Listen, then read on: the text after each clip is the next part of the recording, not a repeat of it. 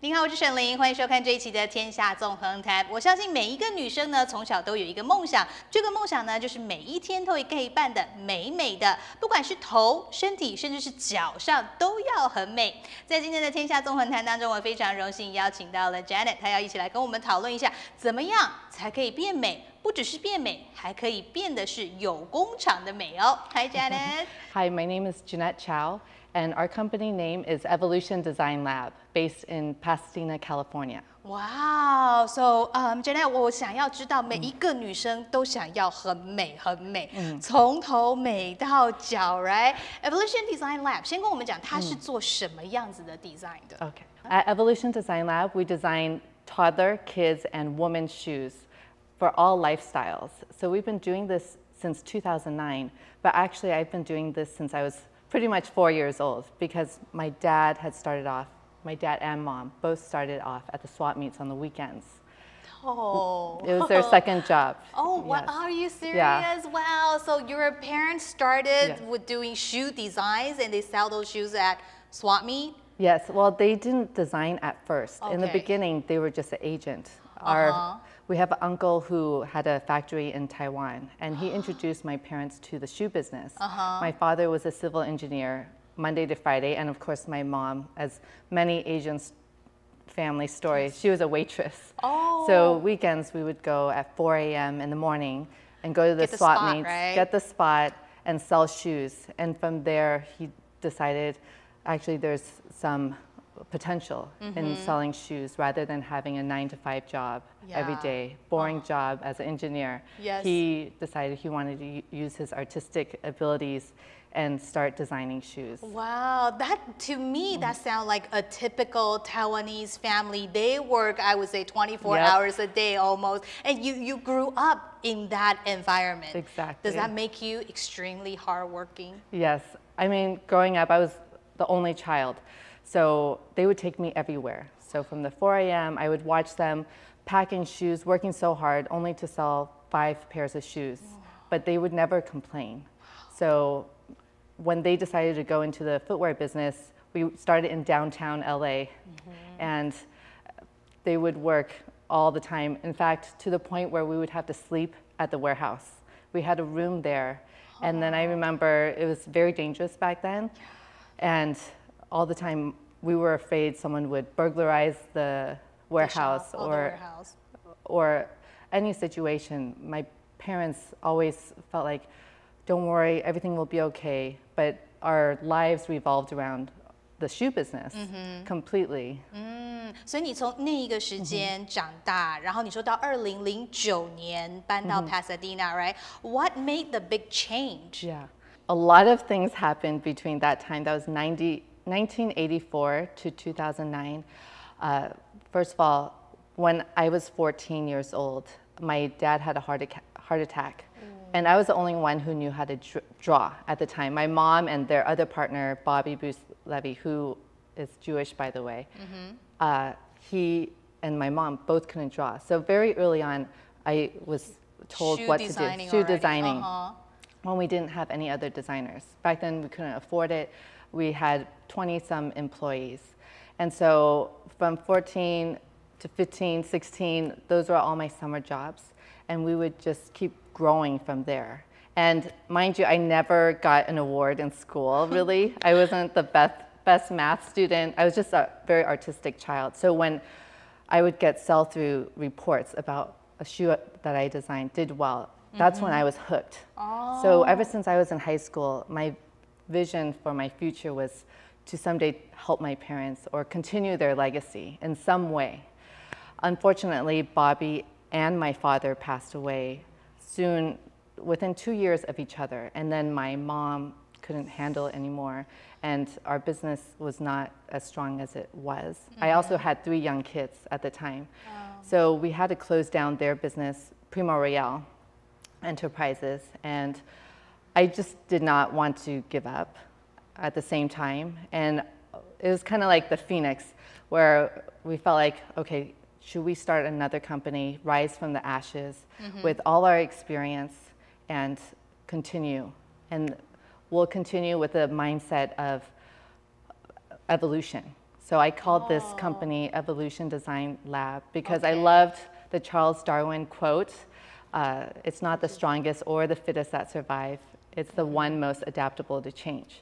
So with that mindset, we had to learn technology, we had to adapt to any change, whereas I do have to say my parents' mindset, they weren't willing to adapt to change. They didn't want to do computers. We were still doing fax machines back then. So my husband, thankfully, has a great background in programming, and so he helped me live out my dream, and he's still doing it today, and he's actually going to launch his company from this tool that he helped me build for Evolution Design Lab. Wow, what a story. It sounds like a Disney story where it's like you guys are going up, even though it's a tough way to reach all the mountaintop, but all of a sudden it just dropped. Yes. And then you have to climb up again. Exactly. Right? And that's what business is. I tell my kids all the time, I have a 19, 17, and 14-year-old. I say, don't complain. I've gone through all the ups and downs through my parents' business alone. Many nights when they're like, should we continue, should we not continue? But they kept going, despite health issues, whatnot. And actually, my husband used to work at Disney and Pixar. He was a programmer there. Oh, okay. And that's how he understood licensing. Yes. And that's how he was able to build an amazing software program within our company. Okay, started from 2009, as you said, all the way to 2022 this year. Right. There's still a lot of major changes, even though I'm not so sure if that's really like a free fall as how it dropped. Right. What are some of the major challenges that you have faced? Because 2009 to 2022 is still quite a long time. Lots of things have changed. Yeah, having a business is definitely not an easy planned road at all. You have to be willing to just navigate the waters, and it's almost like being on a ship. And when there's a lot of turbulence, as a captain, you just have to stay calm and then guide the whole team through. One of the biggest challenges was deciding what is our team going to look like going forward.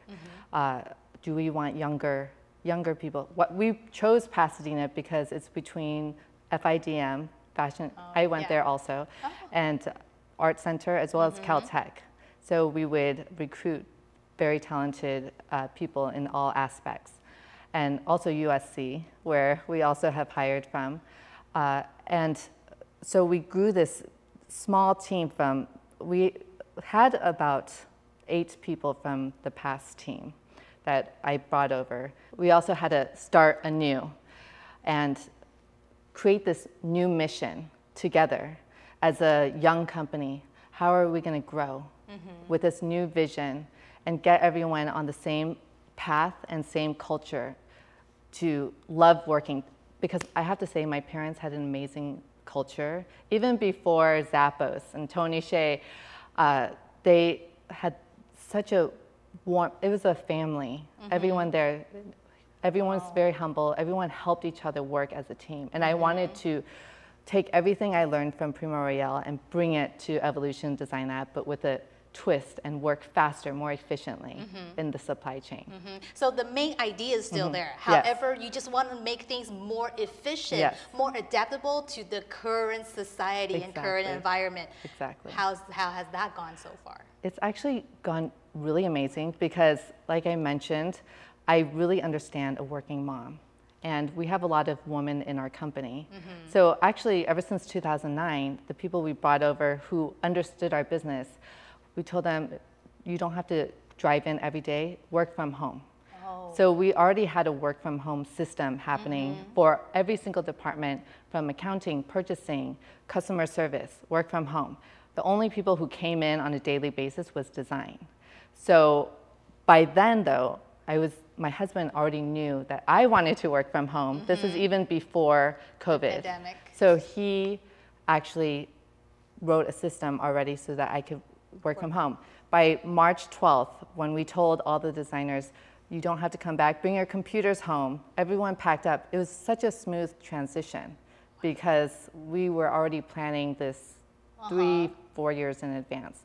And same with our 3D design. We had already trained all the designers. We brought them back to China. thankfully, about a year and a half prior. And we pandemic. trained them on 3D design because we wanted to be more efficient with Yes. pattern making. So by then, also, all of them could work from home during the pandemic, and they could 3D design, and that went directly to our China office. So the patterns were printed as accurately as possible Wow. from our individual homes. Homes. So I can say you and your husband are pretty much like a pioneer who kind of foresee what's actually the need for your employees and your fellow, colleagues, right? Yes. As you said, you have kids, 3 kids right now. The youngest one is actually 14 years Yes. old. It was at the time that you are facing the most challenges. Yes. Is there any suggestion that you can give that's from the youngest first? Oh my for gosh. teens, right? They probably want to go into fashion. They want to go into design. But trust me, no Asian parents would actually, Oh my gosh. right? I don't want Yes, to go that route. true. However, I have to because a lot of parents were like, you will starve, 你会饿死啊，对，对，你会没有钱。对。Yes. What's your suggestion and ideas? Give to the 14-year-old and at the same time suggestion to the parents. Well, okay, especially Asians. Even what's interesting is my father, I remember telling him I want to be an engineer like him. He said, whatever you do, don't be an engineer. That's a boring job. Yes. Be creative. That's something new and fresh. So he was very open-minded back then. And I think that's so important for the future because I would not be where I am today if my parents were telling me, be a doctor, be an accountant. He said, be creative. And actually that brings tears to my eyes just thinking about it. But I think it's so important to be supportive to the kids, whatever they want to do, because so many Asians are pigeonholed into a certain job or certain what a parent defines as success.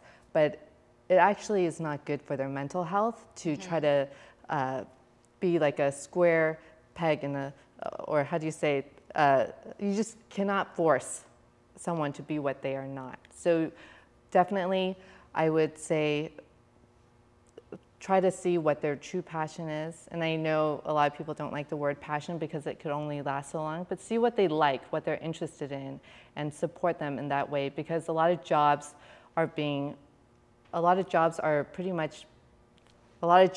not going to be available in the future as it is now. Accounting jobs will be taken over by software, for instance. So definitely, I think the creative field is something very important, I think, for the future.